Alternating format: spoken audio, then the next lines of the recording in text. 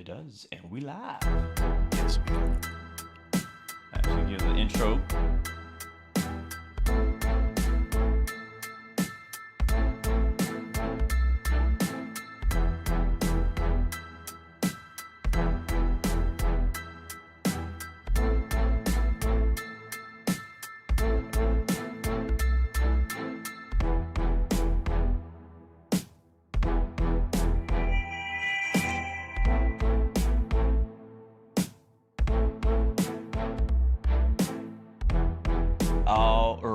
What is going on, beautiful people? Welcome back. It's your boy Blue. We got XP here, the Blu-XPerience after Flight Sim Expo 2023. As you can see, we got some special guests that we honestly could not wait to get on the show individually, but today we got them together. All these people here we have with us were at Flight Sim Expo in Houston, Texas, just a couple days ago, depending on when you decide to fly out. But XP, how you feeling? Oh my word. I'm actually, let me just say, withdrawal symptoms. That's it. I'm having withdrawals right now. Just from the weekend. And then good withdrawals, man. It was so good for me that like seeing all you guys here and having all you guys here, I'm like remembering, man, that was something else. It was like a whirlwind, but I'm good, man. And the rest of the squad is here. We have the whole squad lined up for you guys today. It's going to be a nice show, just going over what we experienced, what we saw from our own perspectives at Flight Sim Expo, both as just an observer, as creators, as whatever you guys went there as. So it's going to be good, man. It's fun to have you guys here. Guys, welcome aboard. We appreciate you being on the Blu-XPerience. Oh, yeah. Yeah, so who do you have? Let's start with the top, Midnight Maverick. Who are you? Hello. Well, I'm known as obviously Mav Online Content Creators, going on 2 years now, but going through the same withdrawals XP was talking about. The show was not long enough for me. Right. What about you? We got Nick just joining us from his hotel room somewhere special. Let the people know who you are. You're pretty, you got a nice little following going. I've been checking your channel out.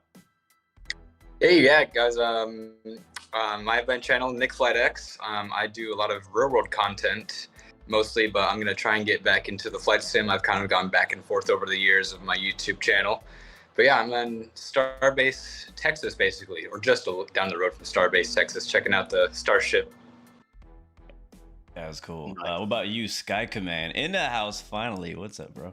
I mean, thank you for accepting my $250 million speaking fee. I know it's a bit steep, but ultimately, my appearance on your channel will be worth it, Blue. Well worth it. I'm good, albeit tired. I would say it's kind of weird hearing the recap and being a part of the recap. You know, being on the staff side of it. Mm-hmm. But I will hear no mention of extending this beyond 3 days. Okay, my everything below my knees is disagreeing with all of those sentiments. That's all I'm gonna say. But thank you for having me here, guys. I got things to say about that later. Micslmn, what's up, bro? What is going on, fellas? Sky Command, I'm sorry, man, because that's the first thing that was going to come out of my mouth. We need a week-long Flight Sim Expo. Yes. At least a week. No, similar to what XP is saying, man, withdrawal symptoms for sure, but in a great way. I didn't want to get back to reality this week, but here we are. Apologies for not being on camera. I'm out and about today, but I'm happy to be here. Nah, man, tell him why you're not here, man. It's his birthday, man. We gotta wish him happy birthday. Oh, happy 18th birthday, man. I hope you don't mind me spread it to the world. But, man, thanks for joining us on your birthday, man. To make All it good. The special exception for us. We appreciate it, definitely. I appreciate it. Always a pleasure. Thank you. Right. And we're gonna have Stalker Actual Gaming in the house as well. Here he is. He's here. Stalker, what's up, man? Hey guys, that's going. Hope all is well. Unfortunately, reality hit today a little too quick. I'm actually on a work trip, and we're just pulling in the gate actually. But good to be with you guys. And yeah, I totally agree. Expo was way too short. Wow, this man was on Final Approach like 2 minutes ago. Seriously, that's dedication. Thank you, Stalker. Appreciate it, man. Yeah, Yes, seriously sir. honored to have all you guys on the Blu-XPerience podcast. I want to go ahead and give a quick shout out to Close Traffic, both of you guys here. Also, they have a podcast as well, so definitely check out theirs as well. So big shout out to them. We have a lot of respect and support those guys. But all right, so first of all, since we've already been talking about it, too short, right? What do you guys think? I mean, could we do, you know, 4 or 5 day event? Is it enough content for Flight Sim to do a longer event? You know, maybe Sky Command could take a shift. Oh my goodness. Listen, weak in the knees for a whole different reason. But you know, not to answer first, I think if we're gonna do 5 days or longer than what we've got, longer if it's more of the same thing, I don't think we should do it any longer. Mm, I've got a couple ideas that would make sense to extend the programming that's sort of in a different direction than where we've all been going with the expo, but I'll be curious to hear what you guys say. So let me jump on the tail end. yeah, no problem. What about the rest of you guys? Longer, I, shorter? I think if they could extend it one more day because we had a shorter day on Sunday. If we did something where we had everyone did the setup Thursday and then we had Friday as well as the regular seminars that we have on Friday, but the exhibit hall is also open for a full day. We can have 3 days in a row, so people can enjoy the seminar or the product announcements or just hang out on the floor for the third day. Right. I think I'd agree with that. An extra day for all those seminars that are going on during the actual expo itself might be beneficial for those that want to attend in person. I mean, you can watch them while they're obviously recorded, but it's a lot different being in person than just watching the recording. Yeah, That might be very beneficial. Absolutely. Yeah, I think 3-4 days. I don't know, for me to be the sweet spot, especially for our significant others. It'd be a little difficult to rationalize. You know, I'm gonna be gone a week, right? Go knock out some flights and stuff. But no. I, I think maybe an extra day for sure, especially for the seminars, because I miss a lot just just for the exhibitions alone, right? So, um, maybe an extra day to, give us an opportunity to participate in some of the activities there. But aside from that, I think 3-4 days be a sweet spot. So do you think Yeah, people would actually come? Like, I mean, it's always been like, you know, a 3 day ish event. Today, I mean, this is the first year where there was actually kind of like a group activity, like the first and last day. You know, like Monday, a lot of people stayed in town on Monday just to do the whole NASA tour thing. Hmm. Friday, a lot of people that morning were doing the ATC tours and stuff like that. That's the first time we've done something like that. So I think this year there's a lot more people. I'm not sure if Sky Command agrees, but it seems like a lot more people came for Friday versus only Saturday and Sunday. If we added a Thursday or a Wednesday even, would people come even earlier? And what would need to happen for them to come earlier? Uh, any metric you can measure the expo by: power requirements, internet, vendors, sponsorship, attendees, tickets sold, smashed. So it's the biggest. When we're talking about this expo, we're talking from a new peak. So that's the perspective and the lens that which we'll need to look at this. Not like how can we get back to, that's in the past, right? San Diego, Vegas, that's in the past. It's a now what. But you guys all of you guys touched on something very interesting that I think would add what I was alluding to, which would extend the program, which is all of the things that are happening outside of the expo, right? All of the things that we came for, which was to meet each other, to hang out, to go do the ATC's tour, to do the NASA tour. I think what we as a leadership need to leverage more is those activities, and also our media partners and content creators. I think there's a lot that can be done around them and us, right? That could extend that program that I think would be quite a draw. wow, that's a lot. This subject could be like a whole 2-hour podcast by itself. Yeah. For sure. Good, but I want to start here because this is my third one. Did Orlando, did San Diego, and now this one. And this discussion we were having with Blue earlier and somebody else. Let's start with venue. Give me a critique of venue from 0 to 10. What did you guys think of the venue that it was kept on this one? Micslmn, what do you think, venue-wise? I'd give it a solid 8, and I think it's an 8 because of the mix of the museum as well as the announcements and whatnot that were happening at the DoubleTree. I think I can go a step further and even say it was well thought out as it relates to logistics and in the way they thought about transportation for everyone to get to and from. So, listen, the DoubleTree isn't the Four Seasons, but none of us are attending these conferences for it to be the Four Seasons, right? Mhm. But I think, in terms of amenities and to actually check the box in terms of what we were trying to accomplish, As well as right, XP, you and I talked. There's no way they can go backwards. Same thing you just said, Sky Command. They've got to be able to provide that level of exhibition like they did this weekend. I'd give it a solid 8. Nice. Thank you. I'll And- take that 8. Mike, what did you think, man? You Yeah. drove in. I did. I drove 24 hours of driving from California basically to get to the Expo. Whoa. Thank you so well much for worth coming, it. man. Well worth it since I took home a chair because I drove there. But the venue, though, I think it was great having something that was something to do with aviation, not just in a ballroom of a hotel, like something more interactive. I think interactivity is key for keeping the Flight Sim Expo growing. So more venues they can have at like that, as well as the activities we've talked about adding, is going to just continue to make everything grow.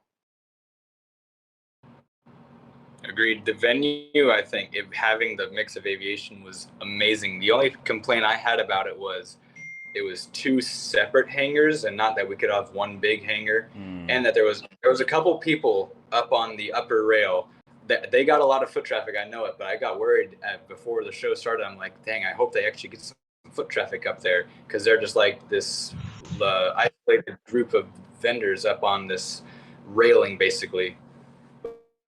But I think we're losing Nick. Yeah. He might be Somebody- up in NASA or something. with the Southwest Virtual guys, they got a lot of foot traffic up there. They were crowded. Somebody in the chat. Where did said- I cut out? You were talking about upstairs, but we got the gist. You were saying that you're worried about the foot traffic upstairs, but they eventually got some people go up. So that was good. Yeah, they did get. I talked with a couple of them. They got a lot of foot traffic up there, and they were overcrowded at some points. Somebody in the chat says, "Aren't you all going to mention the fact that the cafe was good as well?" in there. Oh yeah, they had business. Was it good? I never actually got a chance How to talk was to the it? cafe. Oh yeah. I haven't tried it. This is Oh, why yeah. I was really excited about having all you guys on, because I know for me, I was not able to like see everything. Like there's a lot of stuff that I missed or didn't get a chance to get to. And I think that everybody kind of, because it was so much to do, so many people to talk to, that we kind of may have skipped this or that. Like, for example, I never made it upstairs. I never got to see the VATSIM room. I actually saw the VATSIM room through Nick's video today. And I was like, oh my God, that was amazing. So I want to get to what we loved about the event. But first, what again, what are some more things you think they could change or do better, or feedback? I would say, to all of you guys' points, especially Sky Command, a larger venue for sure, especially as it relates to the product announcement. We got I don't know, for me personally, got just a little stuffy in there, but shout out to the team at the DoubleTree for doing what they could to mitigate it. But I think between all you guys with the content creation and all the media partners, I think shout out to you guys for sure for doing what needed done to get the word out, because to turn out, unfortunately I didn't make it to the one in San Diego, but from what I saw in the pictures, it was nowhere near what we had this past weekend. So it was amazing for sure. Oh yeah. I mean, the observation for me from a perspective where I brought my wife with me, and a bunch of people brought their spouses or people who are not into flight sim. What I like was there was several seating areas and lounges that people could go sit, who got tired of hearing all of us talk about flight sim. They're like, all right, you know what? I'll just go sit over here, have fun. And there was a gift shop. There was a cafe, which I had breakfast at on Sunday. The line was long, so people were going back and using it. So having that all in one spot was good. I always think about the other people that are not into flight sim, but they want to come along. What do they get to do when we're out there geeking out over some rudder pedals or something like that? So having those extra things for people who are not in the communities per se to do is also a plus, and you guys hit it out here. So I would also give the venue like a 8 or 8.5 out of 10, maybe a 9, to be honest. Yeah, I would. Yeah, I had an idea actually. I was talking to somebody outside Expo this weekend about the whole bringing your wife or significant other to the event, and I think it'd be cool in the future if they could take advantage of that and kind of support that a bit more. Like give people who are coming with us. If my wife wants to come, give her something to do that maybe non-flight sim related, whether it be on the event location or near it or something like that. Give them an Shopping. area to all mingle together and let us do our thing. I don't know. I think that would be cool to do something for the wives or significant others that do come through, as well as maybe even a discount for them because they're not coming because they want to be there. They're only coming because you want to be there, and you just happen to invite them along. So if they don't, what if they get like half off or like kids eat free kind of thing, That's a nice thought. absolutely. But I'm gonna have to disagree on that discount part because I'm just gonna be real with you. From a financial perspective, we are stretching every single dollar, right? There's no overflow in budget. Everything is being reallocated to give you guys the greatest show on earth. So just from a Nice. business perspective, the more money that comes in through the door, the more we can do for you guys.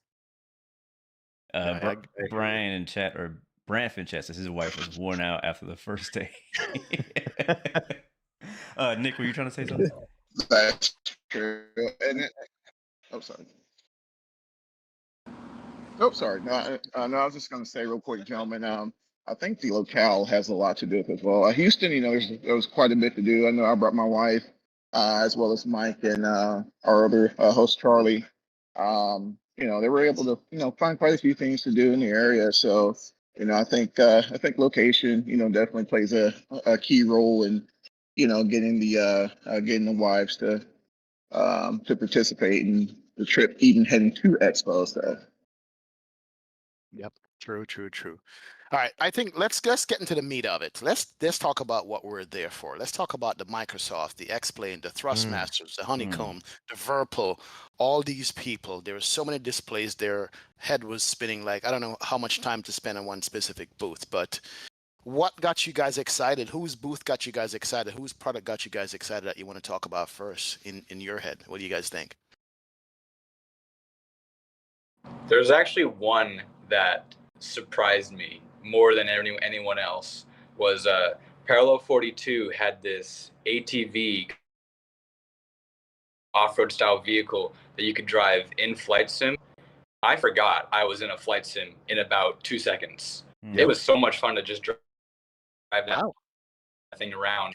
They put it on like a beach where there's all the dunes. You could like do jumps and you could, just drive through the world. And it was surprising how fast I forgot I was in a flight sim and I thought I was in something, like Dirt Valley or something. Biggest Wow, I surprise. missed that. I didn't even see that. Wow. Yeah, there were a lot of sleepers there. I mean, we wouldn't consider this FS Reborn a sleeper, but we stopped at their booth first, I believe, and Johnny can keep me out showcasing a couple of their different crafts. But I think for me, the one that sort of blew me away was the upcoming Phenom. That thing is really, really impressive as it relates to the level of detail they're going to be adding in a business jet for Microsoft Flight Sim. I don't think we've seen that level of detail yet for an upcoming business jet, and it looks really, really exciting. I mean, down to the level of the electronics, the avionics, being able to interact with it. It almost felt very similar to Hot Star's 650. So I'm looking forward to that one. Wow. I'd say for me, I'm gonna have a different slight perspective on what I think is what was a game changer or a wow moment for me, and I've got to toss it to Any Builds and X-Plane 12. Any Builds, if you guys didn't see their exhibit, they had a whole half dome with a 4D immersive experience, and those are the type of exhibits and partners that I'm most excited because those are the ones that are going to lead the messages and blurring the worlds of like what's real and what's not, and flight simulation and actual flight and aviation, right? Some of those worlds are slowly coming together, and I love and work with those who are constantly pushing that boundary. If you guys didn't see what X-Plane 12 was doing, they dropped a whole, I mean, it was like 2 full motion simulators plus VR setups. I mean, it was cables and power running out the wazoo, and they were really trying to push not only what is visually appealing for attendees, but what we can do as an organization for the expo. So I loved those two in particular because they challenged us. We had to get a forklift through planes to get X planes set up. It was crazy. We had to move two big planes out of the way, get the fork just to get their thing in while we were setting up. And it's like, that was a bit of a pain, but I know it's going to be a tremendous payoff. Any build had so much power that we had to rent a whole second generator just to make sure that they could power all of the things that they had there. And those are the types of things that I like the most. Wow. Wow. Wow. Impressive. You said that was with X-Plane and AnyBuilds? I thought it was AnyBuilds alone, to be honest. No, X-Plane 12 had their own separate, right? And then any builds on the other side had their own crazy Okay, setup. that's what I Yeah, thought. both of them That's what I equally. Yeah. thought. Well, let me go here. Let me actually talk about X-Plane 12. Um, I just felt like X-Plane 12 should have had a bigger booth or a bigger space at the expo. I don't know. I felt like it was cramped. I went over there. I talked to Ramses from Flight Factor, and I talked to Torsten from Tolis. And I'm saying that the two big sims now is Microsoft Flight Sim, obviously, and X-Plane. And I wanted to see a bigger X-Plane booth that was like 6 stations, and you can come try the latest beta version of X-Plane 12. And I was kind of disappointed for them not doing that. And I don't know. And I could even ask for more. There was a Vision jet there. Austin could have flown his jet and have people come and look at it and take pictures and talk about X-Plane some more. Anybody felt that way, or is it just me? I mean, I kind of felt that No. way with X-Plane. Well, I didn't want to step on you there, but I was a little disappointed on the X-Plane. I was a little disappointed that Austin wasn't there for X-Plane. INI builds, though, I was very excited for the E300 to have a proper freighter coming to Microsoft. Software-wise, though, I fly on VATSIM all the time, but beyond ATC, I don't know if you guys saw that. I'm pretty excited for. I missed the old good ATC that FSX had. Obviously, the default one Microsoft has now is not good at all. But beyond ATC, definitely seemed really good for when you just want to fly off the network type deal and have a really full live airport with AI aircraft and all that kind of stuff. No Yeah. worries, Midnight. All good points, especially beyond ATC for sure. Absolutely. X-Plane 12, the booth definitely felt a little cramped for me. I don't know if you guys kind of got that vibe as well, but it was a little tough to navigate, and I for sure missed Austin as well. Yeah, I agree. I agree with XP and Stalker that the X-Plane section, I feel like Sky Command must be talking about some other X-Plane area because I didn't see that one. Because the X-Plane where they had the big X-Plane 12 banner, where that was at was like it was literally a dark section. Like it almost felt like there was no light there. Like I'm not sure if you guys got that feeling over there, but it seemed like a little darker in that area. It was really small. They had two really wide but small like screens with like yokes in front of them showing off like the 777, which was cool, and Tolis, but it just seemed small. It seemed underrepresented. Especially again. Sorry, Blue. I might be mistaken. The I think everything that was on that footprint was X-Plane 12. I think they shared that footprint with a bunch of other. Okay. So the X-Plane specific area or X-Plane 12 specific area wasn't just X-Plane 12, like including all that full motion simulator and all the way over to the next set of like that whole area. I think they invited a bunch of people to join them on that plot. So from my perspective, their map was quite big, and I think they decided to share it with other people. So I think you have a point that maybe their specific presence was a little bit smaller, but their footprint was quite big. Gotcha. I was looking forward to seeing Austin. I feel like he just brings such an aviation passion to any room he steps in. I was looking forward to seeing his jet, his aircraft. And as far as I actually said this to one of the I guys to his face. I feel fine saying it out loud, and I was disappointed in I as well. Yes, I'm excited for the A300. That's a fact, but I already knew that was coming, right? The stuff that they announced was not news. It was an update on news, and I know you can't rush products. They're going to be done when they're done. But I guess my expectation was set so high that I thought that that A300 was going to be released during the expo, not just, hey, now you can see what it looks like, right? And then say, oh, but it's not coming out until we have no official date, but later, right? So that's kind of why I was a bit disappointed in that. And then the big display they did was really impressive. I agree with Sky. I think that I would love to see more people kind of really go all out like that. I think that with the where they lacked in actual content news, they made up for it in actual display. You know what I'm Wow. saying? Because even inside of that big bubble, which is really cool, it was just a trailer that I've already seen on YouTube a few days before. You know, so that wasn't even new to me either. So that's why I was disappointed in I, but I am excited for what they have to come. I'll say, to wrap that up though, is that the thing that I was most excited about, it stood out to me, wasn't even on the floor, and that was the 808 Piper Comanche. When I saw that on Friday in the announcement, freaking, I mean, I was literally falling out of my seat in that room, freaking out. Like, this plane is literally converting XP into a GA guy. That's how freaking good it looked. And I'm excited. I'm excited Well, for that plane. And then at the end of at the last day of the expo, I noticed that there was a freaking Piper Comanche on display in the museum. so you actually just brought up something blue that I'm thinking about that we haven't we kind of skirted over. The 2 separate days, well, it's 3 days, but the addition of having the seminar or the big announcements the first day versus having everything like previously the one day, I thought that was huge, and that has to continue. Yeah. What do you guys think? Having the first day where you meet in the hall and everybody comes out and they debut their products or whatever the case, like the Comanche.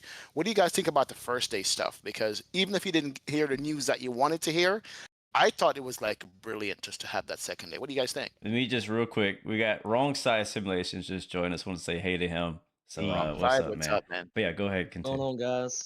Good Right deal. side of my heart. Yeah, what you guys think of the Friday First day. announcements? First day. Yeah, Friday announcement. The first day was a refresher compared to, I think the crowd especially loved it more because I've seen in the past the Fridays aren't as well attended with the what they had the captain's corner, but and with like the product announcement that actually got everyone excited. They sold out on that day early, I think. So the fact that it's not just like a seminar, but it's like a release sort of thing, that's a good change that they did, and I want to see that stay for the next ones. Have you guys seen The Office, or no, excuse me, Parks and Recreation? Nick Offerman has a scene about bacon where he says, "I need you to bring me a lot of bacon on the plate," and he says, "No, I need you to grab me every single piece of bacon." Well, that's what we did. Shout out to DoubleTree. I said, "Go to the back and give me every chair that you've got in the venue and stick it in the ballroom." No. I think you misunderstood me. Not grab a lot of chairs. Find every single chair you can find in that entire hotel and drop it in the ballroom. And I still don't think we had enough. Someone correct me if I'm wrong. Were people still standing in the back? Yes. The people were still standing in the back. There's 1,000 chairs in that ballroom. There's 1,000 chairs in that ballroom. And so All of the chairs. Yep. And so, word to the developers out there, can you please just hold your announcements if it's going to be close to Flight Sim Expo for Yes, the next year, please. and Can we drop talk about new it? stuff to us in the room so you can get this big cheer from the audience versus like 2 days before? Is that too much to ask? Other game cons do that. I think it's time Flight Sim Expo asks these, developers, hey, hold on a week. We'll get you a spot where everybody could see you both in the hall and live streaming at the same time. XP, you- can I'm not sure if this is like a back and forth, but I have a question on that specifically. Mhm. Do you think we've crossed like a worth it threshold? I've been thinking about this all expo, right? San Diego was sort of a double check to make sure that we still exist. Houston confirmed that we're here, right? And that there's some FOMO, right? Are we now past that, or past that threshold where people it makes bad sense to release information before the next expo next year, Yeah. or are we before that? We're full legit now. That's it. We're full legit. It's worth holding because as a developer, it's going to build the excitement for your product to know that you're going to be there, and we're like waiting with bated breath going, what are they going to be talking about? You know what I mean? And that builds excitement for your product, which builds into sales, basically. Yeah, think about this. Like, one thing that helps products get spread is going viral. And the best way to go viral Mm. is to start off with a bunch of people seeing your stuff. If you got a room full of 1,000 people who see your trailer for the first time and they're like amazed by it, surprised by it, what are they going to do? They'll start posting about it. What happens when you start posting about it? It goes viral. and it's going to get way bigger than it would have if you released it on its own. And so I agree with XP. I think that this year was more of just a, hey, this is a new concept that Flight Sim Expo has not done before, and a proving ground to show in the future developers like do this. Like freaking, we got 3 different, I think, devs that got standing ovations at the end of their showcases. So like, I mean, imagine your brand, your aircraft, your sim, whatever it may be, and you go out there and you're like, oh, listen, what? Look at this. Nobody's clapping you on. Like, yeah, I think we have passed that threshold. True. Wrong side simulation. Welcome aboard, man. How you doing, brother? Good, guys. How about yourselves? Good. You showed up on Saturday, right? You missed Friday, correct? I was there on Friday. Oh, he was there Friday. Okay, cool. So no, I can't We ask you even that. said hello on Friday, so Wow. how good Whoops. the memory is. All right, that's it, guys. See you later. Bye. That's The getting edited out. disrespect. It wasn't you. You did say hello in the hallway. My bad. I was standing next to Captain Shaquille O'Neal, and if Yes, y'all don't know him, I good greeted buddy of both of mine. you guys. Yeah, I did. He's I did. he's quite a bit taller and more stout than I am, so he probably couldn't see me behind him. What'd you think of Oh, Friday? man. I was there. What do you think of Friday, man? I loved it. If my only request, especially with all the bodies in the room, is to maybe crank up the AC a little bit more. Other than that, I thought it was great. This is my first time being to one of these. I thought this Friday thing was like the normal way to go. So I didn't really have anything to compare it to, but I enjoyed it. Good. And Saturday? What about Saturday? And we asked a question earlier too. What about Saturday and just in general? And what about the event space where it was kept, the venue? Love the event space. I think everybody will concur that it's awesome to geek out over virtual airplane products while we're standing amongst 100% operational warbirds and other aircraft that are around all the exhibits. So you kind of get a good mix of sitting there looking at all the cool new stuff that we get to take home one day, but then turn around and be looking at a Corsair, something like that. So love the venue. I hope that next year they are able to follow that same idea of having some flight sim stuff in the midst of real airplanes. So I do love that very much, and I loved the big fans. I think even Shaq asked me, he's like, "Do you think those are real rotor blades?" Like, they're not real, but they're keeping a nice airflow in here. I think we all agree that it was insanely hot. What was the other question? I got excited about that one second.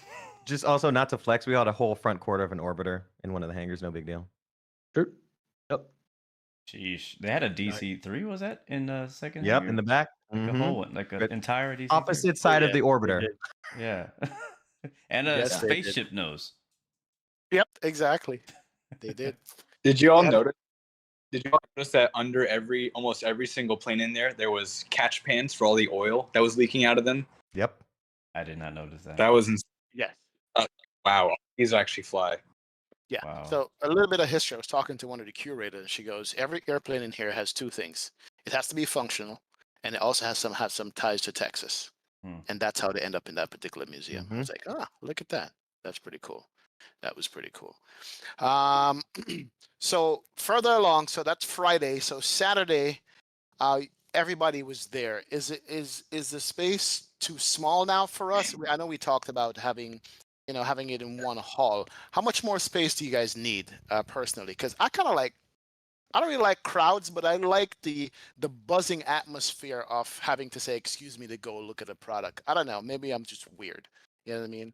I like personal space, but how big is too big? I don't want an empty hall. What do you guys think? I want to jump out in front of this one because I have a unique perspective on how this venue was chosen and sort of not where we're going from here. That I can't release, but we are up against a limit here, right? For example, FSA has to inform the state and the local government on any intentions of doing any event, no matter what the venue is, right? We have to communicate with it. We're Taylor Swift, right? We're a Taylor Swift concert. We have to let people know when we're going to show up because they have to supply additional infrastructure. I'm not even joking anymore, right? Like we have to inform the tourism board of our intentions, even if it's just a bid, right? If I got to go look at a venue in Louisiana, I got to call the Louisiana Tourism Board and say, "Hey, I'm looking here because I've got 2,000, 3,000, maybe 5,000 this year coming," right? So if you think about how many places can fit the amount of attendees that we had, right? Apart from Lone Star Museum, that leaves us with conference centers and stadiums, right? Eesh. So let me ask you guys, there's a need to keep the venue sort of unique, but there's not that many people that can house multiple thousands of people at once. So how do you guys, when you guys react to that, like what do you go for? Do we go for attendees or do we go for venues like this? Oh, and do I More need to people, the disclose? better, I think. I agree. Yeah, more people. Yeah, I mean, Well, I so guess the maybe the question next would one. sorry, go ahead, wrong side. I was say maybe the next one we could just find a really, really, really big bar. And that way we're Yeah. all gonna be really, really happy and really enjoy the show even more. Can't go wrong. Yep. Yep. I was thinking, Wow. like, I mean, if they were to do it in another convention center, for example, it's not an airport, it's not a museum, it's not aviation related at all, but we pack it out with 3,000, 4,000, 5,000 people in it and a bunch of exhibitors, would that be more enjoyable than a museum with half the number? More people. You know, as much as I love the backdrop of having all these real planes around, all this history around, you know, at the end of the day, I personally didn't even get to look at half of those planes. It was nice to see, though. Like, it was beautiful. Like, wow, look at this place. But at the end of the day, it's meeting and greeting people and looking at products. And if we're all in one spot together, all 2,000 of us, I'm good with that.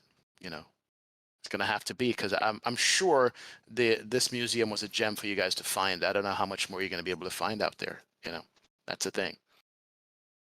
I can say that I'm trying to be very careful with my words. I'm not sure if I need to disclose. I was the technical director for the Expo. I'm part of the FSA leadership team for as it pertains to the Expo.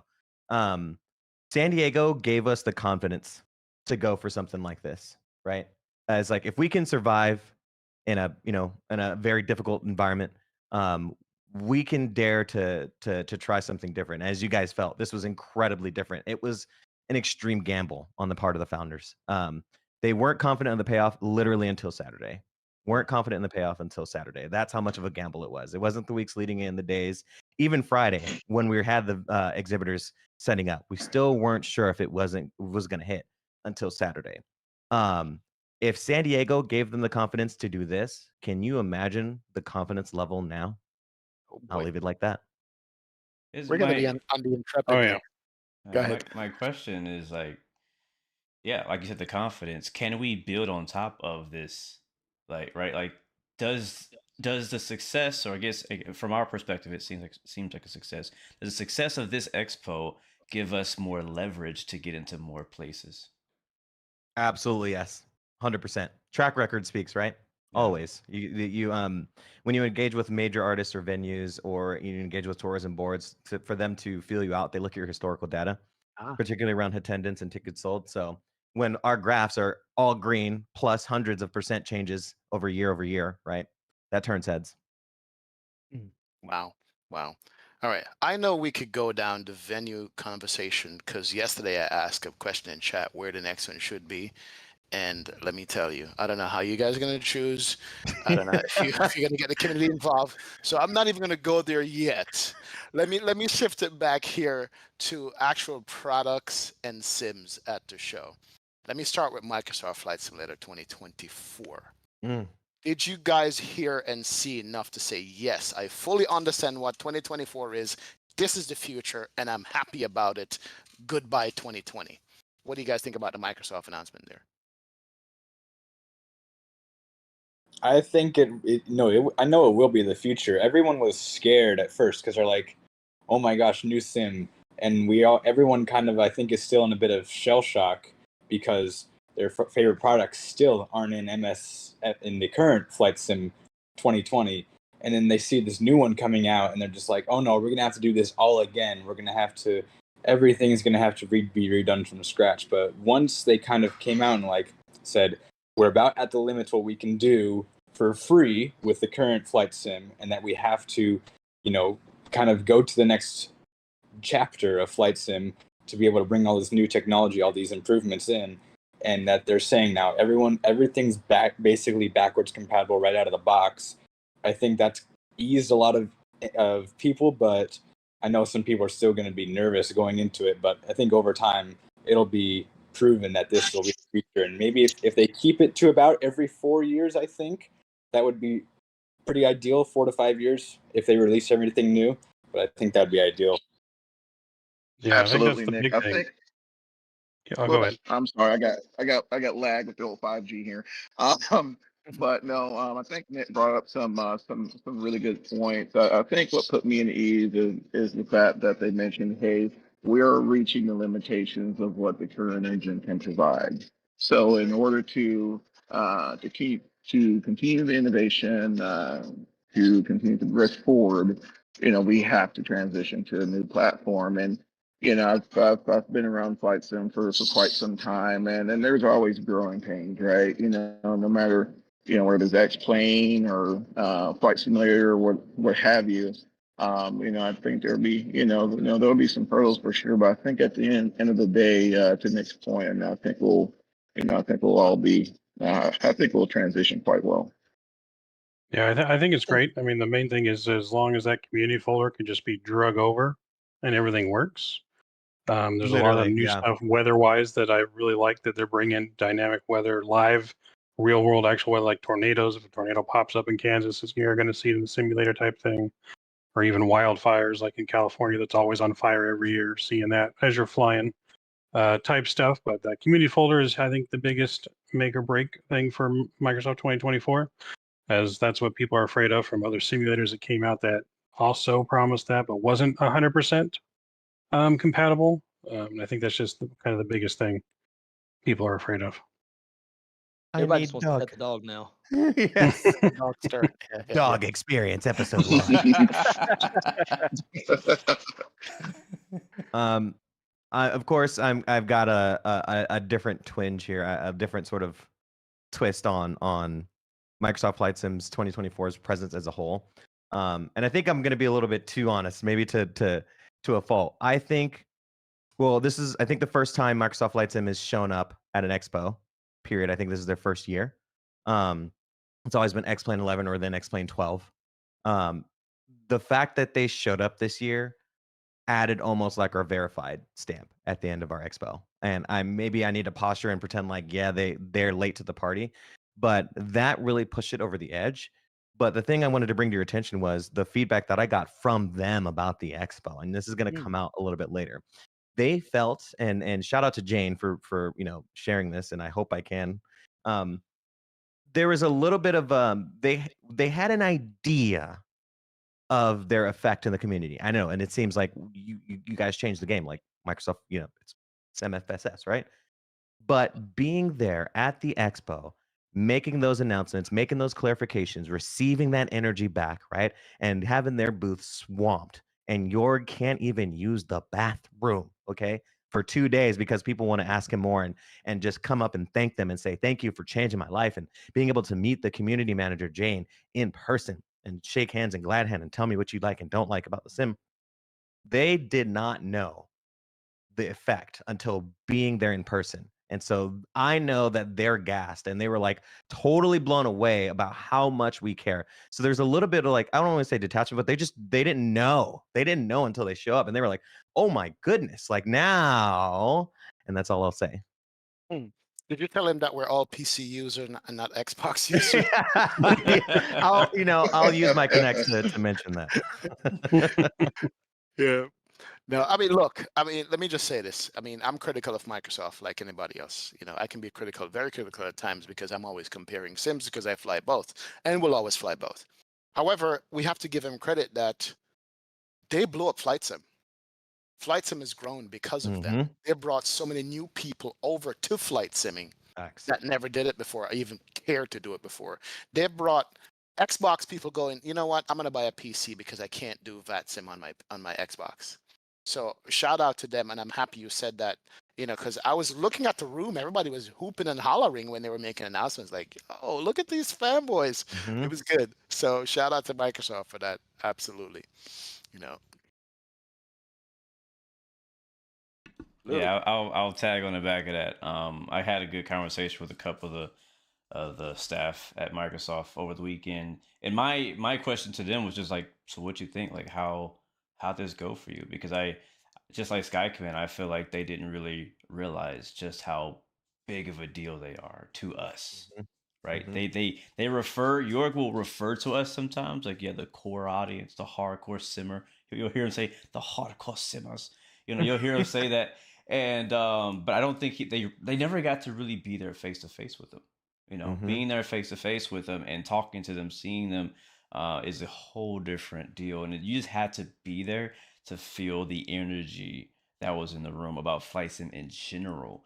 And like he Mhm. said, I think Microsoft being at the event for the first time puts that blue stamp on Flight Sim Expo, gives them that much more credibility to take as leverage to other museums, other hotels, other venues as they go. And again, I'm hoping that Microsoft will continue to come out. I know people get upset at them releasing trailers at Xbox, but if we had to be honest, there's millions of people watching those Xbox releases. Mhm. And that is honestly, I was thinking about this. That's good for all of us. Yes. That's even good for X-Plane and P3D. I'm not even kidding. Those millions, as The Rock say, the millions or whatever, however we did it, the millions of people that come in from Microsoft, from Xbox, will eventually make their way through, and they'll either get more dedicated to Microsoft, they'll branch out and find something like an X-Plane, they'll go and find something like in DCS World, go and find something like in P3D. You know what I'm saying? So like that just adds more to the entire niche as a whole. There's so many times that me and XP will do a live stream in X-Plane, and they think it's Microsoft Flight Sim. And Mhm. they still have Microsoft Flight Sim. They love Microsoft Flight Sim, but there's a particular plane on X-Plane or on another sim that they want to try, and they'll go and they'll get that as well. So I think that as much as I would love for them to make us priority and release something at our event, I think that it's good for all of us if they release things like that at an Xbox event. And I get it I now. could not agree more. And I kind of alluded to this in series is past about being. I think now Microsoft Flight Sim has a bigger duty besides just releasing a new game. And not to charge them with this directly, but it's to grow not just our community, but Flight Sim as a whole beyond the game, to grow the actual number of users that say that they are flight simmers. And to do that, they cannot cater to the core simmer, right? They cannot, because we are already in there. We're already here, right? And to get the people who are not part of that core audience, they have to do something else or be jumped in on a different line, or like they have to be on a different on ramp. So to see that 2024 trailer drop at the Xbox showcase, to see how it was talking about everything other than aviation, was not a surprise to me. That was right down the grand plan of growing our community. I think one thing they could do, those for core simmers as well as those who aren't the hardcore simmers, who are kind of getting into it. Maybe they just like to sit in the external view and kind of fly a little less realistic as maybe some of us do, do flows and checklists and whatnot. It could absolutely give us an X-Plane camera system, and I think that would go a hell of a long way. Yeah. Oh yes. I hope Oh, somebody told them while they were there. I wanted to, but I was too busy trying to get my hands on flying challenges and stuff, and I got sidetracked and If just you could do a word cloud around the booth, I think it was chase camera. I think those are the first two Chase words. plane. Yes. Yeah, I think I talked to the Parallel 42 guys, and how many times people came up about Chase Plane is crazy. I have one question from the chat. Big shout out to our friend Oz Flight Simmer who's watching. He said, would you say that Expo wouldn't have been as successful if Microsoft had not come? 100%. What wouldn't have been It wouldn't. as successful? Sure, right? But what are we measuring that? Tickets sold, attendees, impressions, content? Content, no. Maybe tickets sold without revealing too much? No. So what are we measuring by? Let's talk about it, because I've got the data on tickets sold from before the announcement and after. There was a delta, but we were already on the way to Mars, baby. Hate to say it, we were already on the way to Mars. So it's But- not that. What are we measuring it by? I mean, I don't even want to answer on that. How I want to answer Ozzy Flight Simmer's questions like this: Are FSR is P3D and X-Plane just giving up and say, you know what, Microsoft is out there, screw this. They should have a big booth with a big banner with their computers and their screen set up going, I know Microsoft is here. I know it's the prettiest chick out there on the block, but look what we got over here. We got these planes that it doesn't have. We got this flight dynamics and this stuff. We have the flyby camera that you don't have. Come check us out too. The flight sim game is big. Don't give it up to one person and just don't represent that. That was my thing. You know what I mean? I want P3D and I want X-Plane to have big booths. So when you walk into a showroom, there's a Microsoft corner. We know it. But there's X-Plane and there's P3D. You know what I'm saying? Like, so we can all go by and see, let me see what the competition is doing. Well, I've heard about this P3D stuff. I've heard about X-Plane. Let me go take a look and see if it's as bad as the Microsoft fanboys say and vice versa. You know what I mean? That will even bring more people into it. That's our media clip for this episode right there. Yeah. Oh my goodness. I mean, can I be direct with that? Yes, sir. I mean, I think it shows when, Austin doesn't show up for X-Plane and is not there to promote when X-Plane was just released. I think that's waving the white flag right there. Not being able to take maybe the criticism that was coming, or I don't know, but he's got to show up. Flight Sim Association would like to say no comment on the matter. I just don't understand how he does it. Do you guys feel, especially with in regards to P3D and Lockheed Martin, do you feel Lockheed Martin, the reason why there wasn't a huge presence was because they, have this thing about, with their commercial market, right? Being seems to be a their target market. Do you feel since they maybe feel that as ascendants were kind of on the back burners? I mean, didn't they have a presentation in a side room somewhere? P3D did, right? Yep. Yeah. Yeah, P3D made an announcement. I missed So it. if they're What going to was it? show up and make an announcement, they can have a booth. There might be people here who want a commercial sim in their flight school or, wherever. It's a Yeah. consumer thing, but yeah, they can show up. But that's a good question, Stalker. That's a great question. If you're going to show up, just show up. Like, Yeah. be it. You know what I mean? But that's I my feel like they're definitely more geared towards the commercial market for X-Plane P3D, I think, than the casual flight simmer. Yeah, like they probably both will be more interested in advertising at Oshkosh to real pilots than virtual pilots. I mean, but weren't we just pontificating about how we're growing beyond the core simmer, right?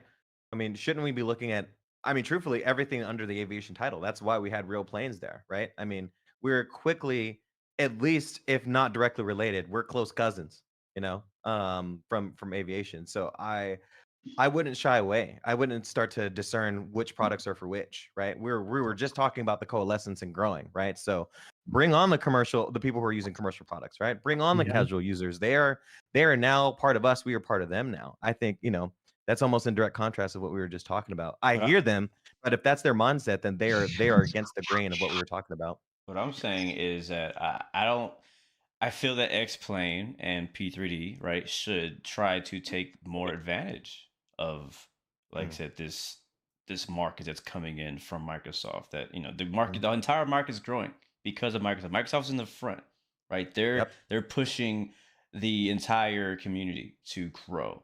X-Plane, I could never say is making the entire community grow. I could never say P3 is making the entire community grow for flight sim, right? Microsoft is pushing and making it bigger. But can X-Plane take more advantage of it for the sake of the developers underneath them, right? There's an issue, right? Where developers who making things for X-Plane are not making as much money. We'll be honest, let's be real. As they are Microsoft. A lot of developers are leaving P3D and leaving X-Plane to do Microsoft because they can put the same amount of effort or even less effort and make 10 times more money. And if X-Plane is not pushing X-Plane as a product to more people, because again, think about it. Yes, Microsoft is growing, but as I said earlier, because Microsoft is growing, there's people who are still interested in X-Plane because there's an aircraft. There's something about X-Plane that's different. Something that Microsoft is missing for them, or maybe that they want, and they find it in X-Plane. And if X-Plane is not there to say, "Hey, what up? We got this," then they're never gonna come over. Mike X-Plane keeps Microsoft on its toes. I think it does. It's that next level that you'll always hear somebody says Microsoft is good and pretty, but it doesn't have the fidelity of X-Plane, Mhm. even though X-Plane doesn't look as good. And they need Mm. to hear that, because when they hear that, they go, "Watch this. We're gonna make it better." Like now, they're adding Yeah. aerodynamics on the fuselage, which is Mhm. perfect. Like I'm loving that. But you We need need healthy competition. competition. There you Yeah. go. Exactly. Yes. That's what I was thinking. Healthy Yes. competition is the key, and that will blow up Flight Sim Expo when you have 2 to 3 big sims in one room trying to outcompete each other or something. Just show off their wares better. That's it, because we have all the thrust masters doing the peripheral stuff. We have the Verpals, we have Honeycomb, and we have Turtle Beach, and then we have the add-on makers. But with the big people that these products work on should be represented equally, I think. This was my thing. I don't know.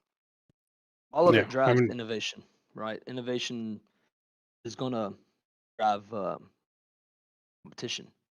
The more competition you got, then more stuff that we have as consumers to have fun with. Agreed. Yep, definitely. Exactly. We all know they're not, they don't have the money Microsoft has, but it doesn't mean they can't compete and they can't be present to help push, every side of our sim world. I could definitely vouch for that. I saw booths that were quite literally a fourth the size of Microsoft Flight Sims, and were so creative and just vastly different. Even if it was just more inviting, right? For example, instead of just having two chairs or two tables at the end, one person, I think it was at GFSS, turned them into an inward V, almost like an arrow directing them towards a booth to invite them in. And it was just their table and two monitors, but it was just inviting, and they drew a lot of people just from the shape. So I think there could be a lot of mileage in with some of the smaller booths. I definitely wouldn't, if they were like, we don't have Microsoft dollars, or we don't have X-Plane dollars, right? I'd say then it's time to be extremely creative, right? And dig in, show some Ooh. perseverance like we were. I have Yep. another good question from chat. So, Microsoft has in the past couple of years really started embracing the creators, right? The streamers and things like that, having them come on their channels and make content and bring them out to events and stuff like that. Do you think X-Plane should put more focus in this area? We know that they've, been working really well with Swiss. Should they bring in more people to help promote and push the sim, or what do you guys think of that? Yes. Yeah, I think so. Pretty much the way to go these days. I know from speaking from the expo, we realize the value of our media partners and content creators. Again, just full disclosure, Speak on it. So again, I created a content creator Discord for people to meet and to talk about the expo freely for the content creators, and that turned out to be a huge tool for them at the expo. But that ended up being a great tool to communicate to our media partners about what was happening and what they liked and what they didn't like, and that added to their experience. But I'm just going to talk about this. Give me a little bit of rope here. When Microsoft Flight Sim dropped when 2024 trailer dropped, we the expo boys and I, we were like, okay, they just dropped something and it's a week before our expo. Like, what can we do, right? And originally we were just gonna hang our heads up and like, all right, well, we hope they pray and tweet about us, right? I said, no, let's tap into our media partners and content creators, and how are they reacting to this? Like, what did you guys think? And so that discussion in that Discord led to, well, first of all, understanding directly our media partners and how they felt about that news, and then casually dropping like, hey, if you guys are mentioning this, tag Flight Sim Expo. Hey, tell tell them like, hey, what do you think? What do you think? Put the pressure on. And then we dropped a sneaky little, by the way, Microsoft Flight Sim is closing our announcements out on Friday, right? And so instead of normally just being, Microsoft Flight Sim dropped a trailer and we're hoping for impressions, that became a conduit and a way to leverage our media partners and be tapped in, right? And that garnered some of the highest impressions social media wise that we had gotten, and that was purely organic. That wasn't a coordinated media campaign. That was just being in lockstep with our media partners and content creators. And so And at the end of the event, I posted a picture of some of the content creators at the expo, and that garnered some of the highest impressions of my entire Twitter. Period. Right. Nice. Period. Right. And so, and again, I took that data to the boys and the founders, and we were realizing we have a whole lot of leverage that is untapped. So to answer that question, it behooves everyone to leverage content creators and media partners. Everyone. Yeah. It's 2023. You were able to get away with not doing that before. You can't do that anymore. You definitely can't do that anymore. You have to leverage content creators. There's enough of us out here with such a wide audience reach. You know what I mean? Yeah, we do overlap, but we also have our own people that only watches us or whatever. Mhm. And I guess this is a segue into a content creator discussion too. You know, I was this is the third one, as I said, I've gone to Expo, and I'm loving the way it's going now, where all these different companies are looking to content creators to get the word out for their products, for their sims and stuff like that. And I appreciate it. I know you guys appreciate it too. I mean, what did you guys feel on the floor going around talking to different developers, creators, owners, and stuff? What did you guys get? What was feedback for you guys on that? Starstruck. You know. I thought it was really cool. I'm somewhat of a newer streamer. I've been streaming for just over 2 years now. And to turn around and be in the same room as all you guys, see people that I've seen on the internet for a long, long time, and help me make those decisions that I need to make when it comes to purchasing a product and seeing what it's like before I want to go put my hard-earned money on it was really, really cool. It's like I've told I've got a lot of guys here that I work with in Flight Dispatch that are hardcore simmers. They came in today and they were asking, "Well, how was Expo?" That's one of the first things I said. It's like, man, there's nothing like standing in a big room full of airplanes with cool flight sim stuff with all of your favorite streamers and meeting new streamers. So getting to meet CEOs of software developer companies and hardware developer companies, stuff like that. I was like absolutely starstruck. Thought it was super cool. Although I tried to like not be that guy, like play it cool. Tap on the shoulder, say, "Hey, keep walking." Hey, I'm gonna be all of us were trying to act like we weren't starstruck by somebody. Let's be honest. We was all trying to act cool, like, yeah, he cool. I know that guy. Yeah. You know. Speaking as a much smaller content creator than all of you guys, especially being XP humble. and Blue. Okay, Nah, tiny. man. Nah, Okay, bro. micro influencer, I think is the word. No, there's something to be said about being in the room. Obviously, being the technical director and literally having to interface with them granted me a lot of FaceTime. But to step out of that for a quick second, just being in the room and being able to be personable, shake hands and glad hand, and show a little bit of my content creator personality, turned enough heads that I don't think I would have never gotten had I just continued to stream or continue to do my content creation thing. So to be a little bit of Sky in the room in front of them and see other content creators, or like Tim from Thrustmaster, see me dap up Blue, right? Walk past the line and dap him up. And Blue is all smiles, like, whoa, who, now it's who is Sky versus like going the long way around, right? Mm-hmm. And so having those connections and being in the room like that, it helped me incredibly in terms of like making the headroom of like, no, you should work with me. I'm fun, or I'm hanging out with some of your content creators, and we are like-minded. That's what I did. I just stood behind Blue the entire time. I dapped up Blue every time I saw him. I was like, hey, Blue, you're looking nice in thrust mastery, sir. Look, keep it going. Looking great. I like this direction. Let's be honest. As YouTube and Twitch streamers and content creators, what benefit do you see being able to be at Flight Sim Expo at an event where the people that you've been trying to contact are standing in front of you, right? Some of even the streamers maybe you've been wanting to collab with or meet, who may not even see your chat posts, are standing in front of you. Like, what are some of let's talk about the connections that can be made and are made at Flight Sim Expo. Yeah, Sky Command. I met you for the first time, bro.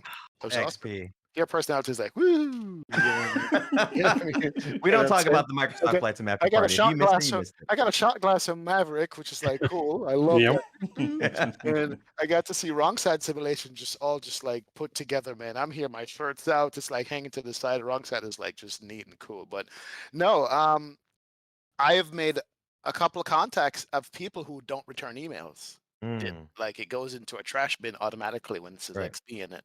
But I was able to go up to them and say, hey, I'm here in front of you. I like your stuff. What do you think about X, Y? And people are like, nope, no problem. Where's your email address? What you want?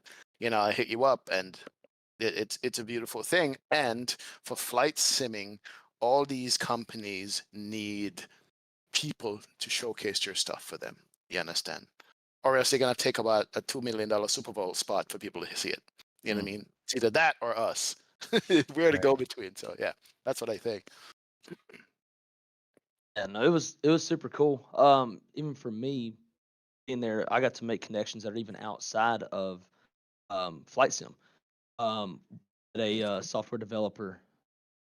I'm sorry, there's some folks outside my conference room that are being a little loud. Anyways, a software developer from Toulouse, France, and one of my special projects as a dispatch manager is to handle all of our delivery flights from Airbus, and we'll be going to Toulouse in the near future. It's like, oh, you come over, you got to call me. I have got best friend who's that almost sounds Asian. But anyways, his but his best friend is chief of flight ops at Airbus in Toulouse. Wow. So that will I'll get to do some pretty cool things through that connection. Hopefully go see their final assembly line. I saw the one in Mobile. It'll be cool to see the biggest and baddest one in Toulouse. Plus they have the best Airbus merchandise store. I'm getting some more Airbus swag. But yeah, no, it's kind of like y'all are talking about. You get to put faces with names, whether it's with other content creators or even people who watch your channel. I've got 790 subscribers as of like 2 hours ago. Bro, congrats. Yeah, that's huge. Oh, Man. thank you. I never, ever expected anybody to recognize me, stop me, say hello, nothing. And within 10 minutes of that first day being there, I was taking pictures with people that recognized me. It was really, really cool. Felt a little bit special, but it was awesome getting to kind of exercise that relationship that I've built with viewers over time. So that's one of the coolest things for me as a creator is to be able to not just try to like build connections and get to hang out with cool folks like y'all, but also build relationships and friendships with my viewers as well.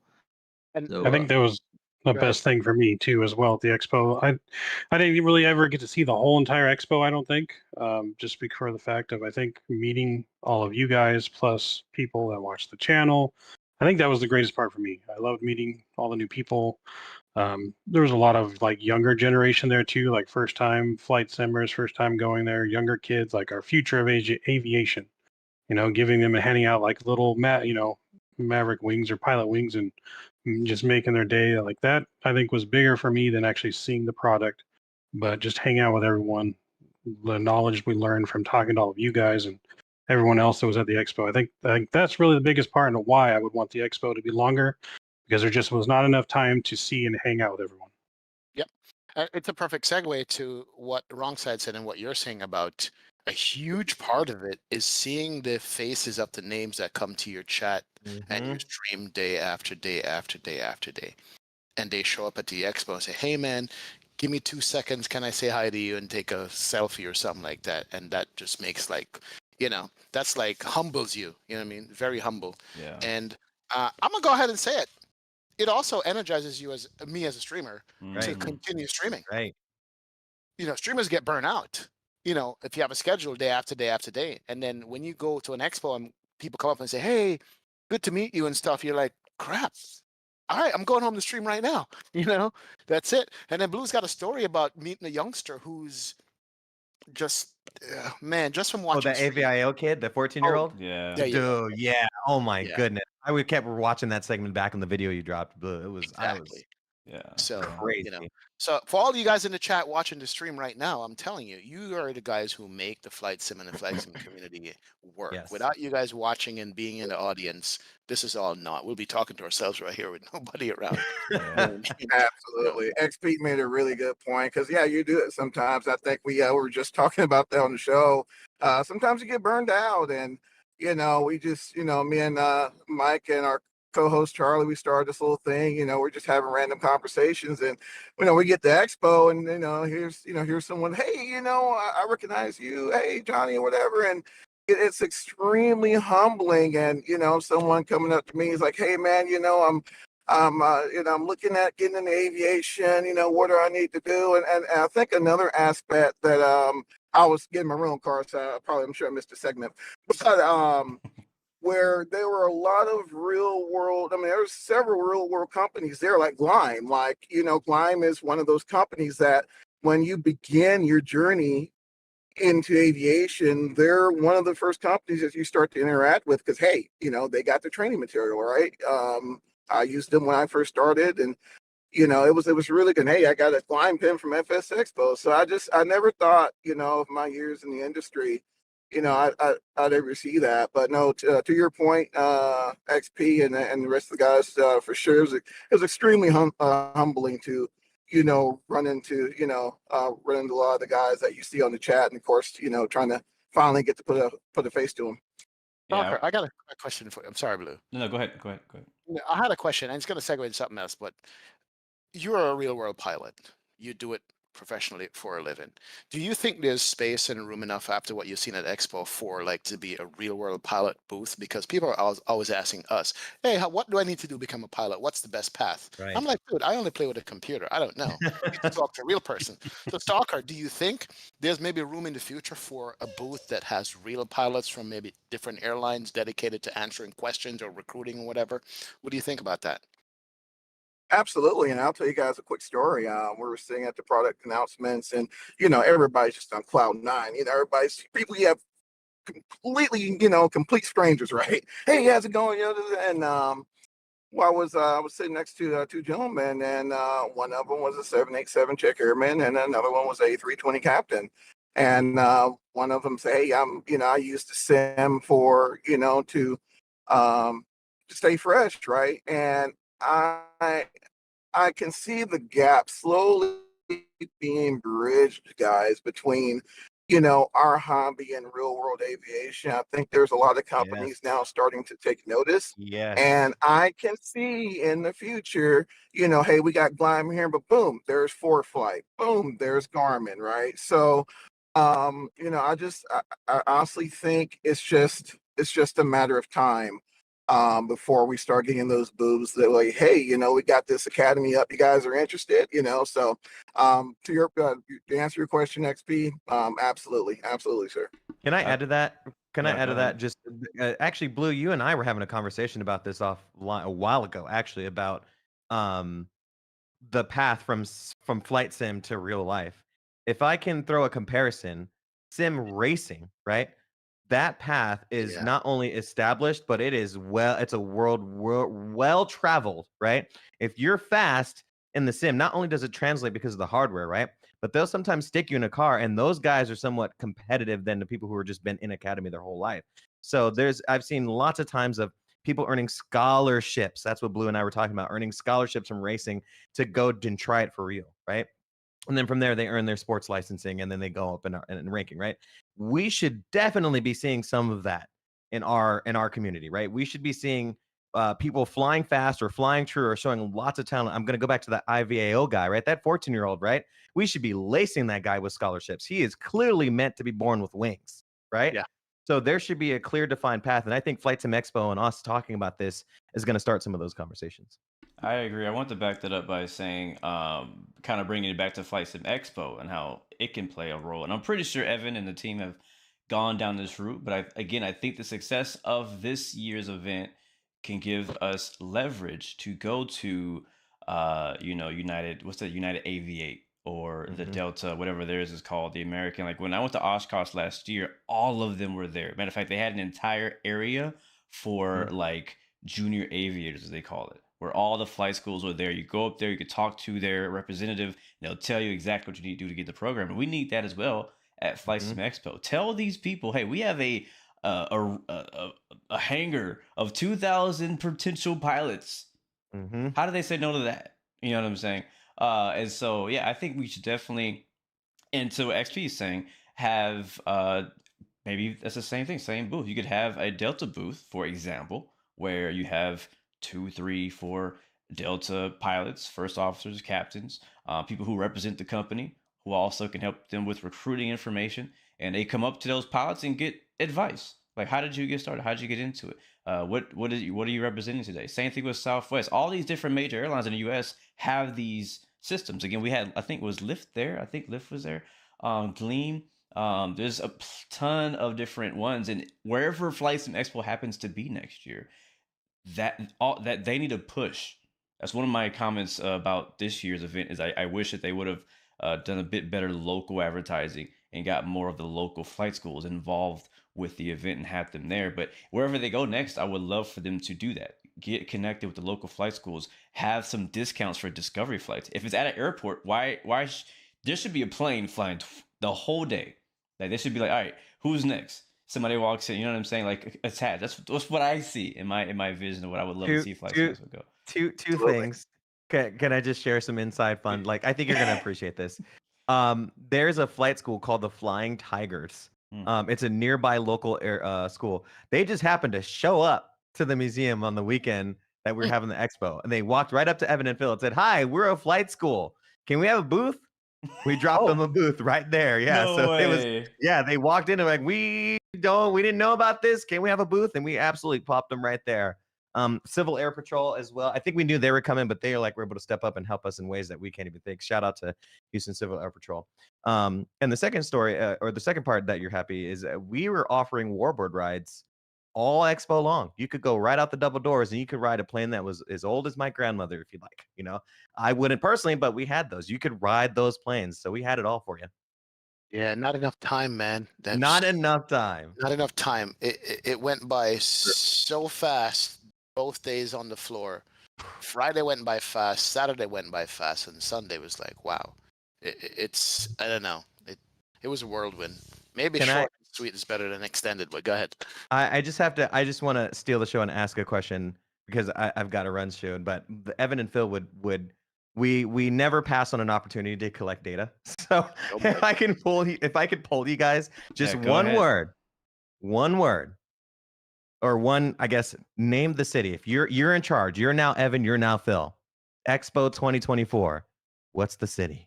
Hold on, chat. You're in on this as well. Yeah, Chad, you're in. 100 people in chat. Type the city. We'll do an impromptu poll of what city comes up. What city? You're in charge. Where is Expo next year? Blue can't talk. His city got it already. Yeah, he's done. Yeah, I was gonna vote. We go back to here again. We're running it back. What city do you want, Stalker? I second that. Well, being from Texas as well, I was going to totally say Dallas. However, no, I mean, I think I'll be okay. You know, somewhere in the East Coast. DC perhaps. Especially or in the area where the Smithsonian is. Just and I guess, outside of that, give, those who bring their families along, something extracurricular to do, right? Hey, let's go check out this, check out that. Boom, you got Expo. So, just a little variety. But I can definitely, and I would definitely say perhaps, maybe something on the East Coast. Maverick, what do you think?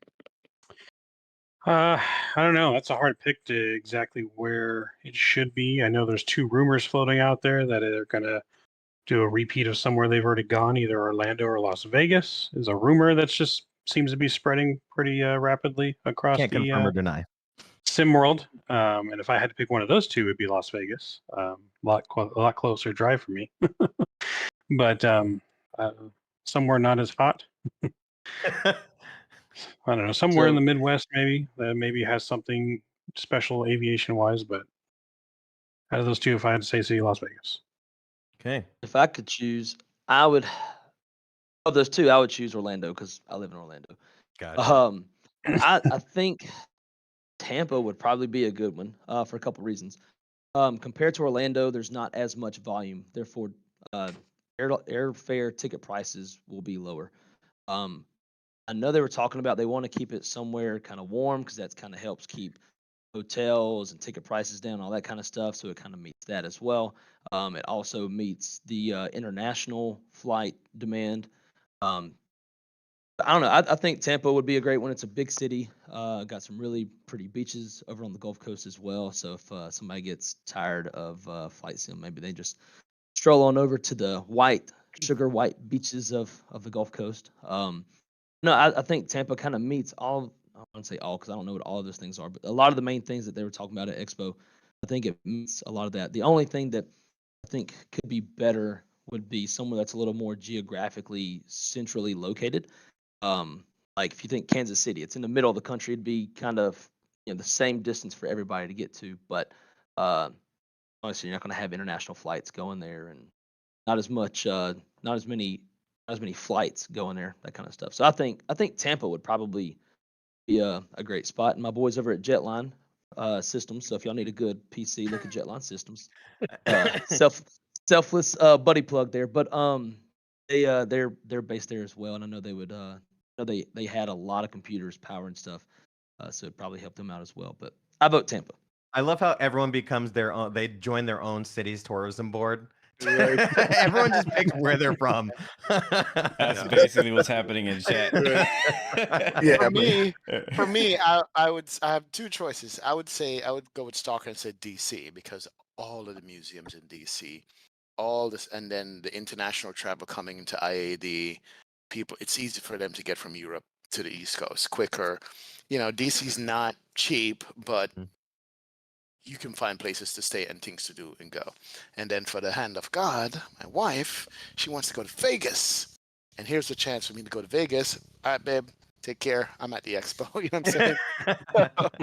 Yeah, exactly. those are the two places I would say for me. Blue, what are you thinking? I'm gonna be honest with you. I'm on the bandwagon of this DC thought that I've been hearing a lot. Mainly because of the Smithsonian and all the museums idea. I just love the idea of being in a place where aviation is all about aviation. I wouldn't mind being in another convention center, but I just love the idea of there being planes there, being near or on an airport. That's why I like the Houston, not only because I live here, but because of those two things. There was three things that I loved about it being in Houston. Heat was not one of them, but the other one was the Aviation Museum on an airport and close enough to another airport to plane spot. That was literally every night. Right, Maverick, every night we went plane spotting, and morning sometimes too. So that was like a big trio for me. Yeah, DC's got Baltimore's not far, and it's got a good plane spotting area. You got DC, which has a good plane spotting area as well, right under that. Was it 19? And then IAD for international people coming in, so that wouldn't be bad. But we're gonna say wrong side. From a dispatcher's point of view, oh Lord, to forewarn y'all, anything in the Northeast, you're going to have a lot of delays and flight problems.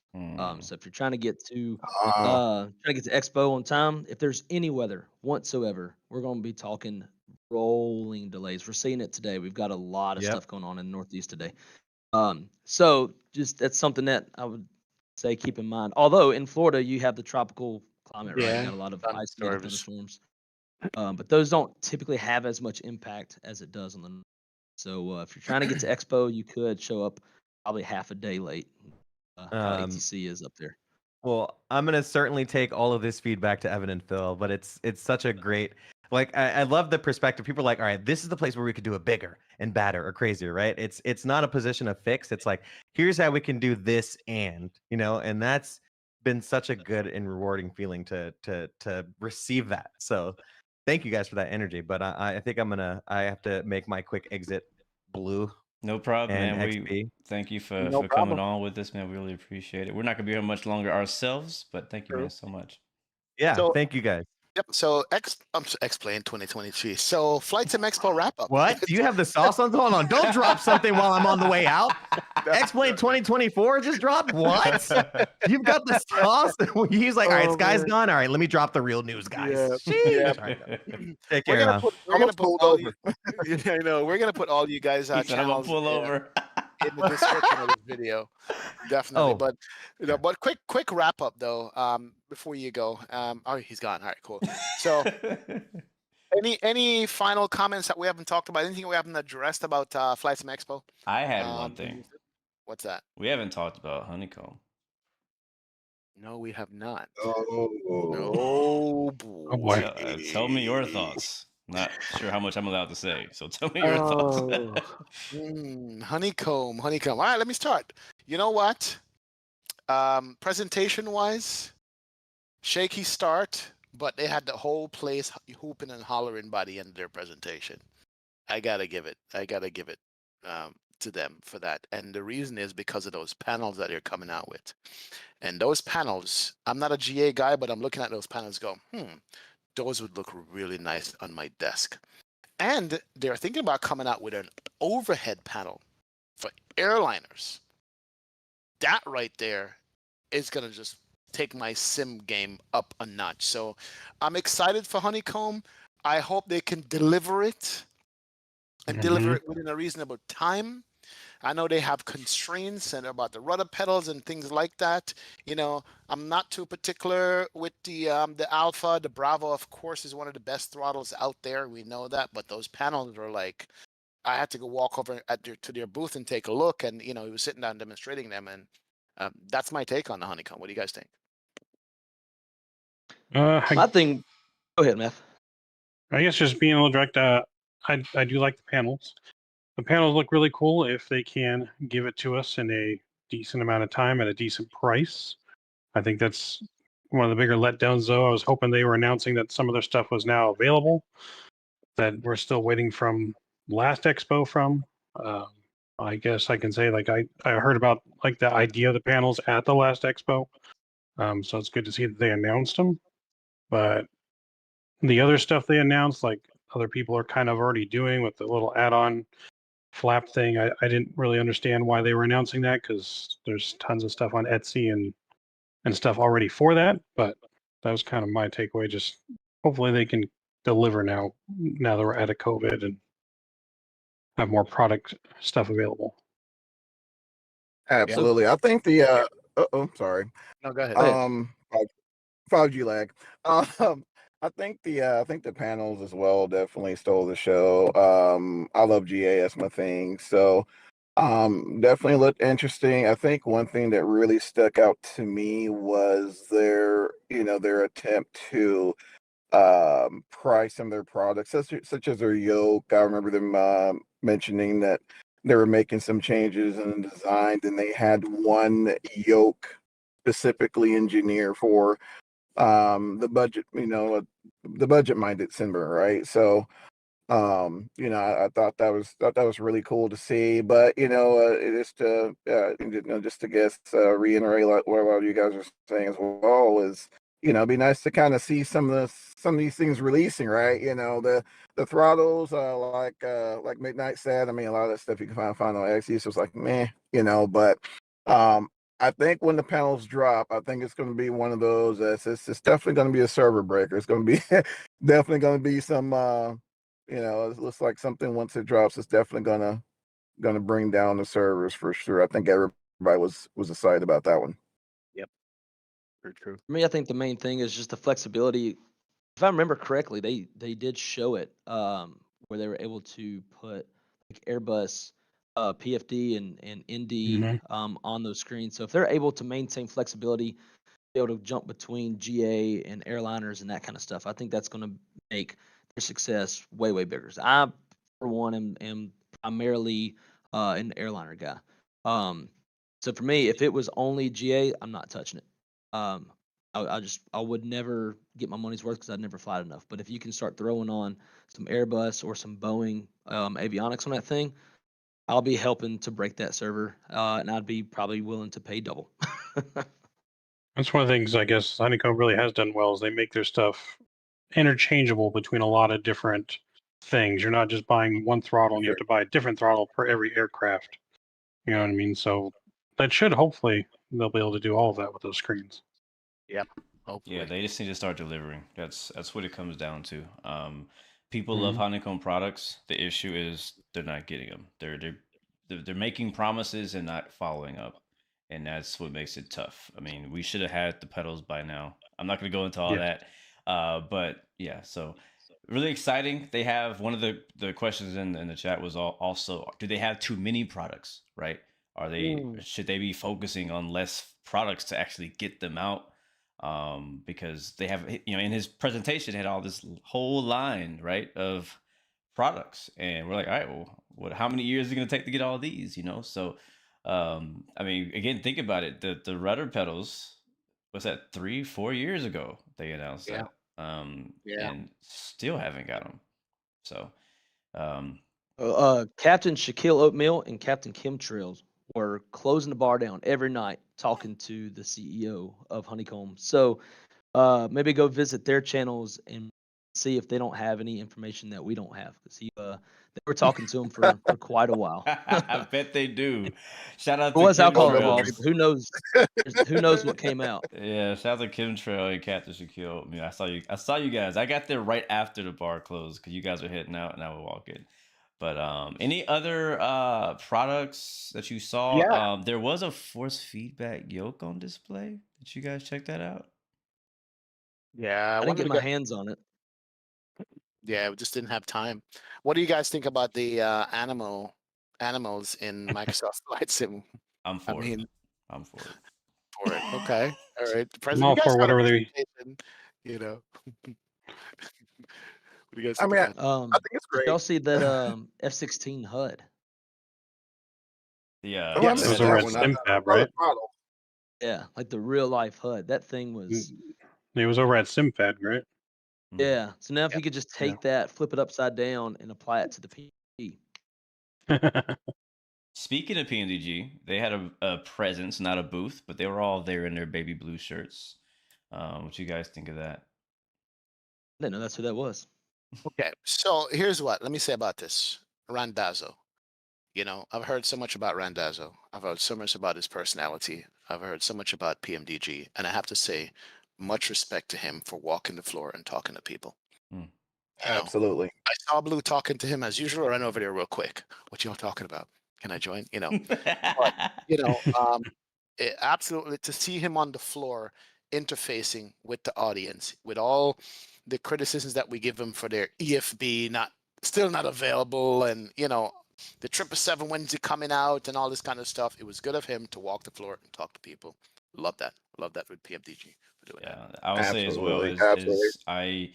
me and XP kind of had a private conversation about this. Most people see PMDG, their whole team, especially Rondazzo, as like an a-hole, right? Like it's kind of how the vibe he gives off, at least through the walls of text and the forum and stuff like that. But we saw him in person. He was like such a freaking nice guy. And we didn't get to talk about the EFB, didn't come up, but still, it was just when you meet these developers in person, it completely changes your like perspective on who they are and how you see them. Yep, true. That is Totally true. agree. It really did. Any other standout products on the floor that we missed and we didn't talk about at all? Uh, Did y'all see the No, I think the Mike covered FS Reborn. I think that was one thing. Oh no, he mentioned the Phenom. Of course, my friend mentioned a jet, but no, the M600. I am extremely excited about that one for sure. Royal FS Reborn is doing some amazing things. He did some amazing things with the Sting. Just some of the things that he's doing with it, I have yet to see, and not only that, he was very interactive with folks who came up to this display and explaining some of the processes, some 3D modeling. So yeah, I think it's getting looks like they're making some headway there. So hopefully we'll be seeing it soon. But yeah, shout out to FS Reborn. Definitely looking forward to that 600. Definitely. Did you guys get a chance to look in the Cirrus jet at all? Just peek inside because he had it open on, was it Saturday or Sunday? Sunday, I He had think. it open, and I went and took a look in there. It's like, First of all, this plane is bigger than I thought it was in the sim. I've had it in the sim and X plane, and seeing it in person, it's a much bigger plane than I thought. I was like, wow, that's the level of Flight Sim Expo now. Next one, I expect to see planes that I can just walk into. yes, You me know, too. it's true. So that was did something. y'all see the chair that's 3DOF? No. Yes, I couldn't get a chance to sit in that chair, but it's how much was it? You know? Base $2,800. not bad. What does this chair do? 3 degrees of Chair, freedom. So it's yeah, moves. Yeah. it'll Yeah. pitch, roll, and yaw. Hmm. Yeah. Yeah. 3 grand. Now I flew it a little bit. My only complaint about it was, well, I had 2 complaints. One, the seat does it's not like the next level chair, right, where you pull the lever and you scoot your chair back kind of thing. It was kind of fixed, so it was a little cramped, and I'm only 5'8". But the only other thing too was there's just a little bit of lag from your control inputs to the time that it moves. But other than that, it was awesome. When you take off and you're kind of having to constrict your abs and keep yourself leaned forward because you just you feel that force taking you back. Yeah. It was pretty cool if I had to be honest. And the price point, um, I mean, I think it's great for similar products. I mean, you're looking at thousands of dollars. In chat, kid named Kenny says beyond ATC. I think we mentioned it earlier, but a little bit more specific about it. I'm not interested in automated ATC because I love VATSIM, but I have to say I was impressed by that thing. You know, for what you can do with the speech back and forth and it communicating with you. What do you guys think about the beyond ATC?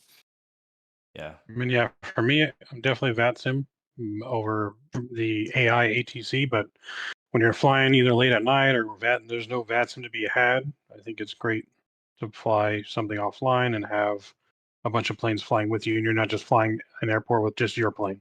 Yeah. I think it's good for training for people who are scared to get into the VATSIM deal. When you're talking to a real Mhm. person and you're scared you're going to mess up. It's a great way to, especially like IFR, right? IFR can be somewhat scripted. You already kind of know what's coming next when you're used to flying IFR.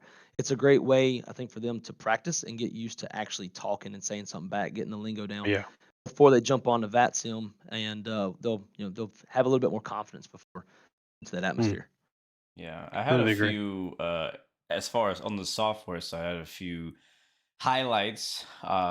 Airbus A380 from Fly By Wire was kind of teased at their booth, showing a bit of an update there. I may have a video for that later. The Boeing 777 by Flight Factor was very like he didn't hide anything. I mean, he was really showing it off. That was pretty cool. The MD-11, I did not get around to seeing that from TFDI, but I know they were showcasing that. The Phenom 300, as Stalker and Mike mentioned, the A2A again, Piper Comanche. Looking forward to that. The A300 from I&I Builds. What else was there? Aircraft and Aerosoft on the software. 330. Aerosoft. Did they show Aerosoft that? on the 330. Did they show that? You could fly it at their booth. Ah, yeah, I didn't make it over there. That sucks. I wish I I could have did saw miss that. it. I missed that. Yeah, I you I could did fly miss it. I wish I could Wow. have seen that. Man, how did it look? Wow. It looked pretty good. It's still a work in progress, but I don't think they're far from releasing it. Nice. Nice. I missed that. And a special shout out to Thrustmaster that have the most, when you go like on Mardi Gras, Bourbon Street, and some other places, there's this one bar that everybody congregates at. That was the Thrustmaster booth. That was the Thrustmaster booth. The Thrustmaster booth. Shout out to Thrustmaster. That booth was just lit. Everybody came to that booth, All day. hanging out all day, every day. Everybody showed up who was anybody at that booth. Mhm. And what I love about the camaraderie with the flight sim developers, they invited over Flight Factor to come put their 787 on their setup and 777. fly it in their 777, yeah, and fly it in their booth. Captain Chemtrails was there flying it with them, and just the whole camaraderie of them help.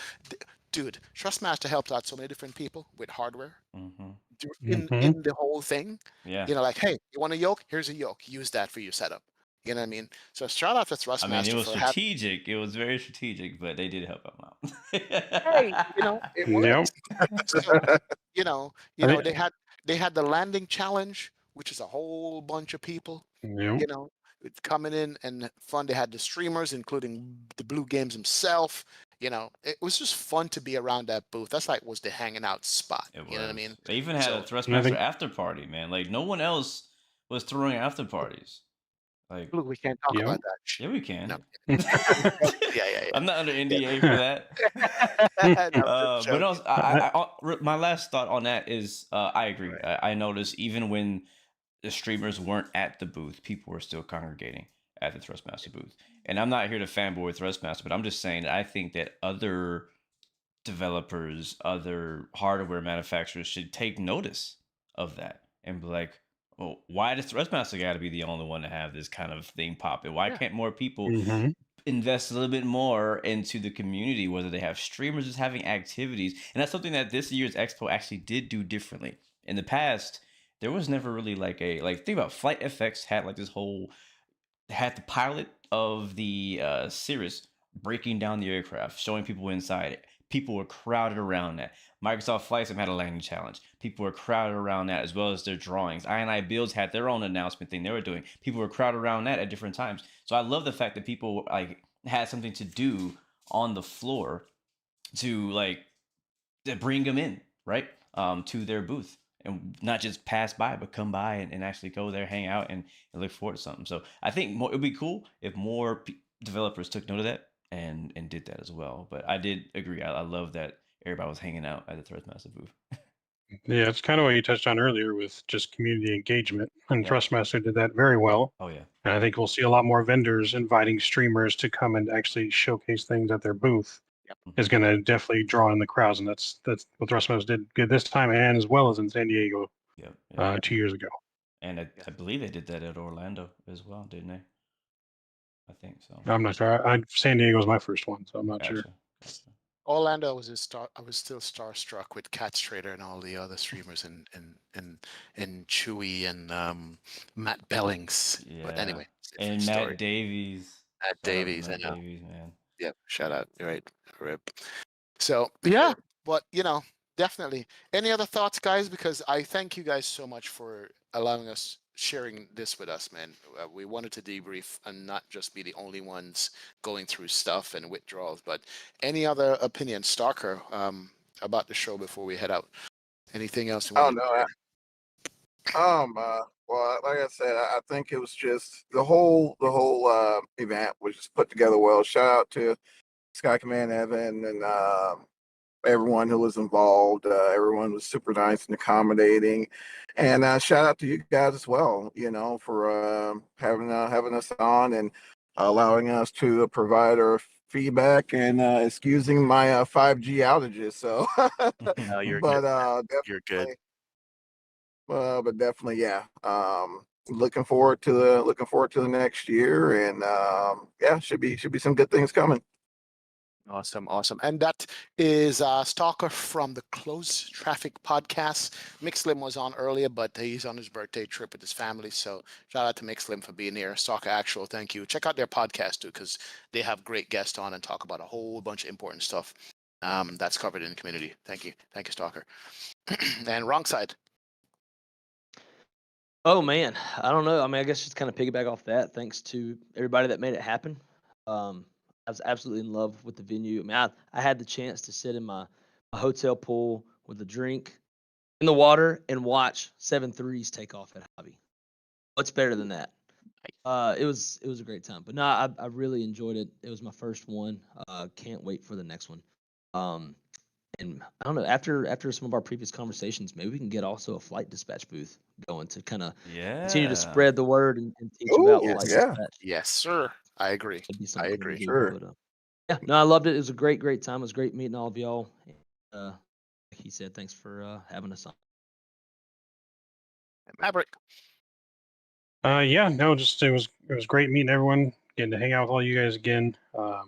Just absolute great time with great people, and can't wait for the next expo. And of course, again, thanks you, Thrustmaster, by new chairs. Since several of you guys that watch my chair and watch my stream and know about my squeaky ass chair that I have, it's no more.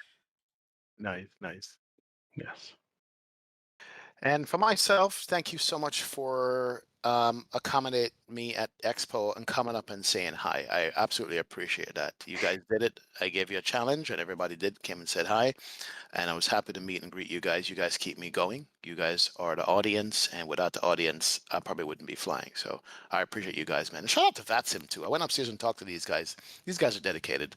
They had a whole section up there, a whole room up there, a whole boardroom they had with ATC coverage. But it's all good, man. Thank you guys. I appreciate it. Blue, you got it. Yes, sir. Yeah, so same, man. Super thankful and blessed how the whole weekend went. You guys extremely encouraging, coming up and saying hi. Like XP kind of mentioned earlier, we we do our thing, right? We're at home ourselves streaming or making videos. I get really tuned in, when I'm like grinding out videos, and so it feels, it's a grind, right? I love it. I love doing what I do, but it's a grind at the same time. And so going to Expo and hearing people give me encouragement and feedback that they watch the channel and this and that, like it's really reignites me and makes me believe that, look, I'm not just out here doing it alone by myself, and that it is whatever I'm doing, something must be working, right? So thank you guys, thank you all the Flight Sim Expo team for throwing the Flight Sim Expo and allowing us a place to meet and share our passion as well. Again, thanks Thrustmaster for sponsoring me and supporting me at the event. And I'm looking forward to the next one, man. Next year, I'm hoping we can do it again next year. Honestly, wherever it's at, I'm gonna be there, even if it's in freaking London or something. Like I'm going. Yeah. Like that's We're how going to go to that's how Europe much one day. value I see in this event. So thank you guys so much. Awesome. All right. You have how many choices, Blue? What'd you always say? You got 3 choices. Give up, give in, or give it all you got. Peace, love, and cue the music. God bless you. By the way, guys, Go ahead. yes, hit that subscribe button on the Blu-XPerience channel because we got some people that we lined up for some interviews from Flight Sim Expo is going to come on and talk to us in the weeks to come. Thank Yep. you, guys. And Peace, don't love, forget and to check out these guys. Check out Midnight Maverick on YouTube, Wrong Side Simulations, Stalker Actual in the Close Traffic Podcast, as well as Micslmn, I think is how you say it. Sky Command, also check him out on Twitch, but he's also on YouTube. That's Sky Command. And then check out NickFlightX. He's on YouTube as well. So please support these guys. They're doing their thing out there. And that's all I got. That's all I got. We out of here, baby. See ya. See ya. We out, baby.